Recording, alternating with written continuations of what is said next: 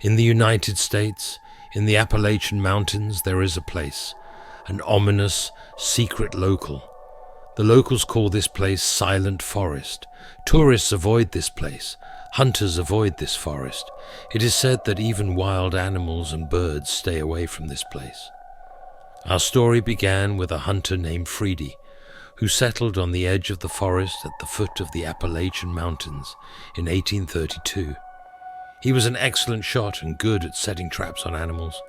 After a couple years, there were fewer animals in the vicinity of his home, so Freddy decided to head deeper into the woods.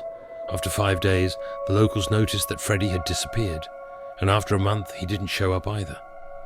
Residents said that after the disappearance of Freddy the Hunter, they heard terrible screams, scary sounds, and loud crying coming from the forest where Freddy's house stood.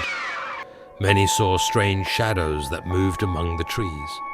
Years later, Freddy was never found, and his house became empty and abandoned. Many years passed, and the story of Freddy the Hunter faded into the memory of the locals. In September 1988, 3 friends named Tom, Oliver, and Sarah from the town of Pikeville decided to spend their weekend in the woods at the foot of the Appalachian Mountains. They wanted a wilderness vacation. Tom and Sarah were avid hikers and somehow heard, a long time ago, something about the Silent Forest. It was a mystery and a challenge for the 3 friends to solve this mystery. They asked a lot of questions to people who lived not far from the Silent Forest. Against the advice of the locals not to go into the forest, the friends still decided to explore the Silent Forest. They set off at sunrise and had to return by sunset. As they entered the forest, they saw that there was a thick fog hanging in the treetops. The air around them was filled with dampness and the smell of rotting leaves and needles underfoot. They walked deeper into the forest and the sounds of nature dissipated into silence.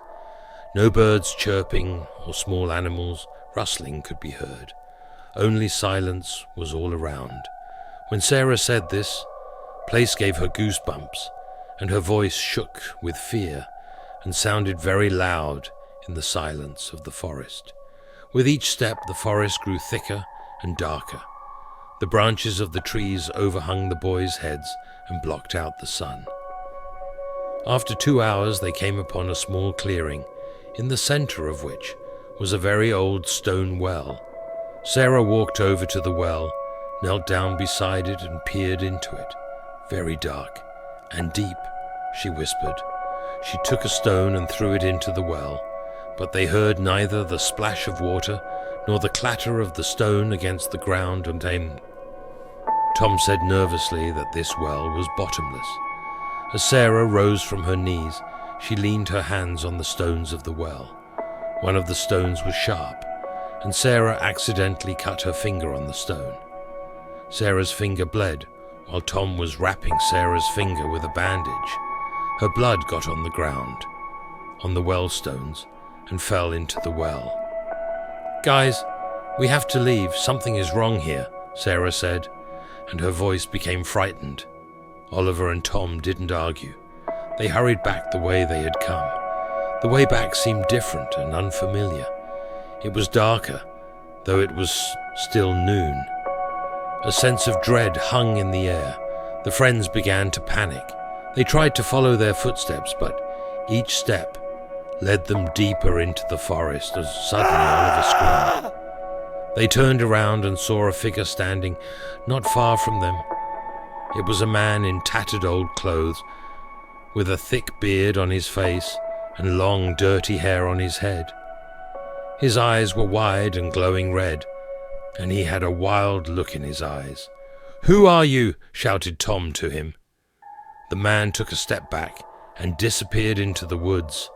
"Run!" shouted Sarah, and they ran. They ran blindly, picking their way through the thickets. Branches tore at their clothes and scratched their skin. The friends came again to the clearing where the old well was. Their hearts sank. It appeared that they were running in a circle. What's going on?" stammered Oliver. Sarah cried and looked down the well again.